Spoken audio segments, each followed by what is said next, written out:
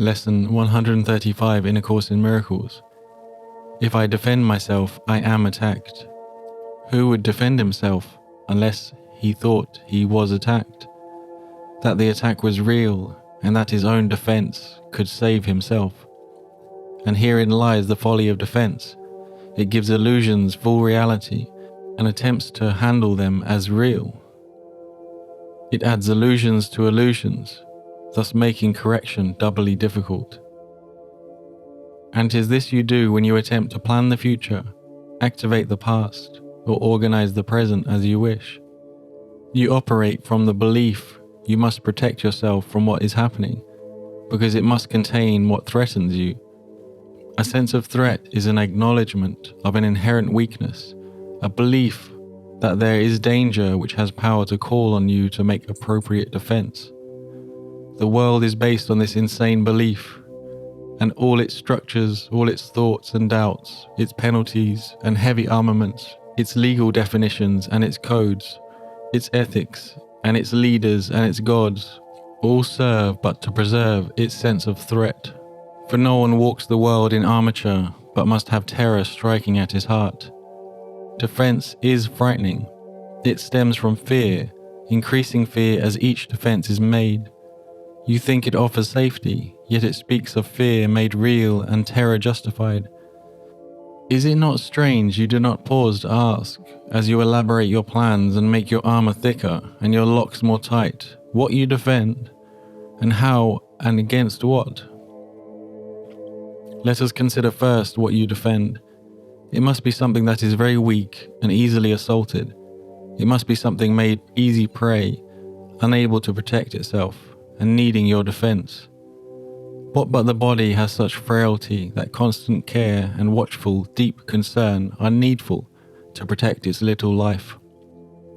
What but the body falters and must fail to serve the Son of God as worthy host? Yet, it is not the body that can fear, nor be a thing to fear. It has no needs but those which you assign to it. It needs no complicated structures of defense, no health-inducing medicine, no care and no concern at all. Defend its life, or give it gifts to make it beautiful, or walls to make it safe. And you but say your home is open to the thief of time, corruptible and crumbling, so unsafe it must be guarded with your very life. Is not this picture fearful? Can you be at peace with such a concept of your home? Yet what endowed the body with the right to serve you thus, except your own belief? It is your mind which gave the body all the functions that you see in it, and set its value far beyond a little pile of dust and water. Who would make defense of something that he recognized as this? The body is in need of no defense. This cannot be too often emphasized. It will be strong and healthy if the mind does not abuse it by assigning it to roles it cannot fulfill, to purposes beyond its scope, and to exalted aims which it cannot accomplish. Such attempts, ridiculous yet deeply cherished, are the sources of the many mad attacks you make upon it. For it seems to fail your hopes, your needs, your values, and your dreams. The small s self, the little self that needs protection, is not real. The body, valueless and hardly worth the least defense, need merely be perceived as quite apart from you, and it becomes a healthy, serviceable instrument through which the mind can operate until its usefulness is over. Who would want to keep it when its usefulness is done? Defend the body, and you have attacked your mind. For you have seen in it the faults, the weaknesses, the limits, and the lacks from which you think the body must be saved. You will not see the mind as separate from bodily conditions, and you will impose upon the body all the pain that comes from the conception of the mind as limited and fragile, and apart from other minds and separate from its source. These are the thoughts in need of healing, and the body will respond with health when they have been corrected and replaced with truth. This is the body's only real defense. Yet, is this where you look for its defense? You offer it protection of a kind from which it gains no benefit at all. but merely adds to your distress of mind. You do not heal, but merely take away the hope of healing, for you fail to see where hope must lie if it be meaningful. A healed mind does not plan. It carries out the plans which it receives through listening to wisdom that is not its own. It waits until it has been taught what should be done, and then proceeds to do it. It does not depend upon itself for anything except its adequacy to fulfill the plans assigned to it. It is secure in certainty that obstacles cannot impede its progress to accomplishment of any goal which serves the greater plan established for the good of everyone. A healed mind is relieved from the belief that it must plan, although it cannot know the outcome that is best, the means by which it is achieved, or how to recognize the problem the plan is made to solve.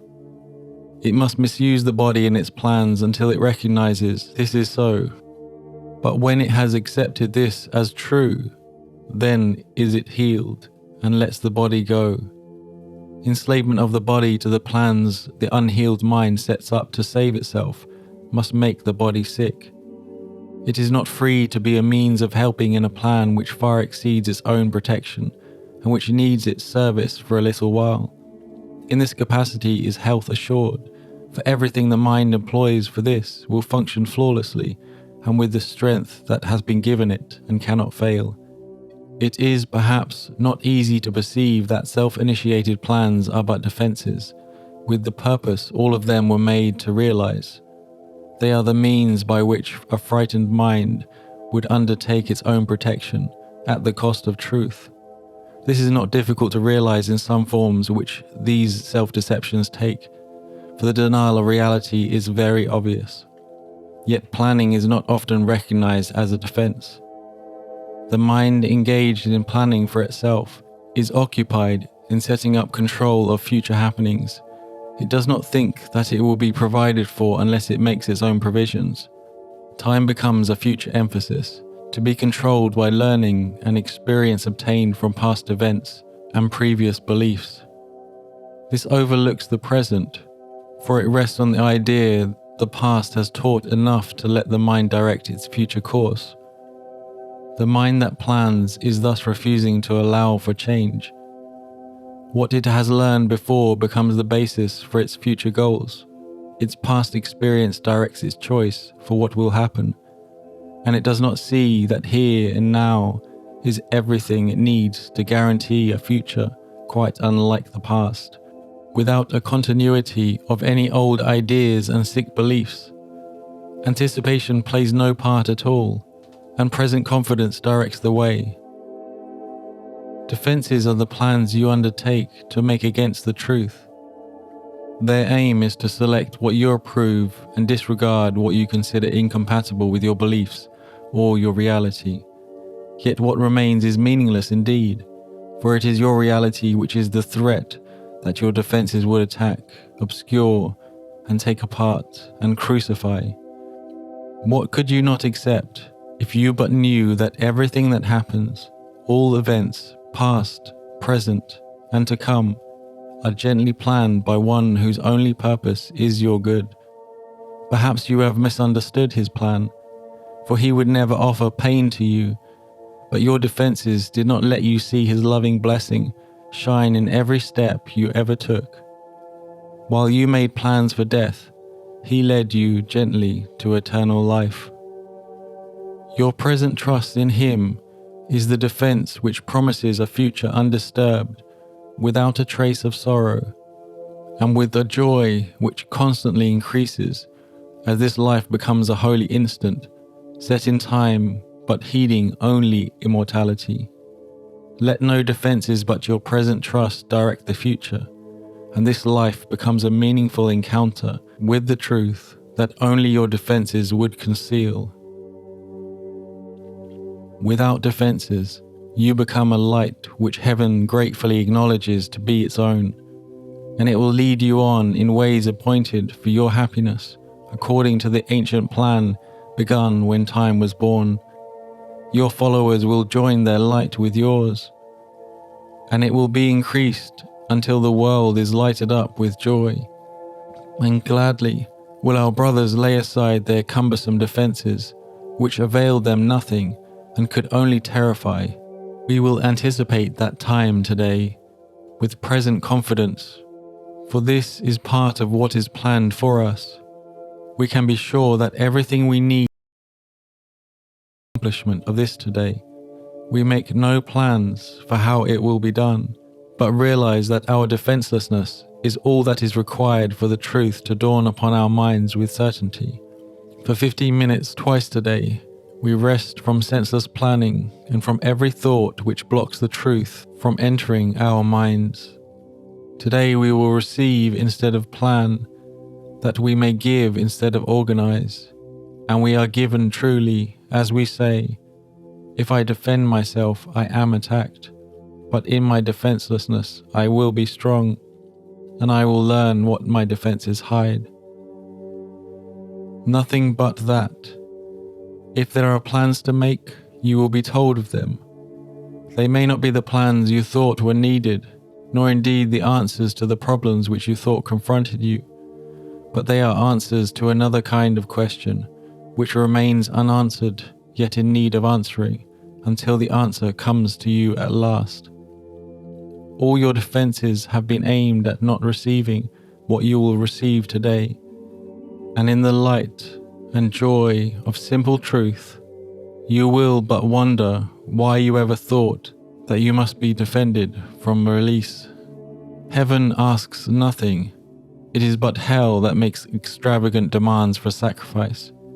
You give up nothing in these times today when, undefended, you present yourself to your Creator as you really are. He has remembered you.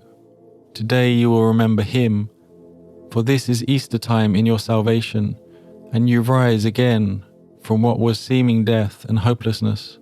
Now is the light of hope reborn in you, for now you come without defense to learn the part for you within the plan of God.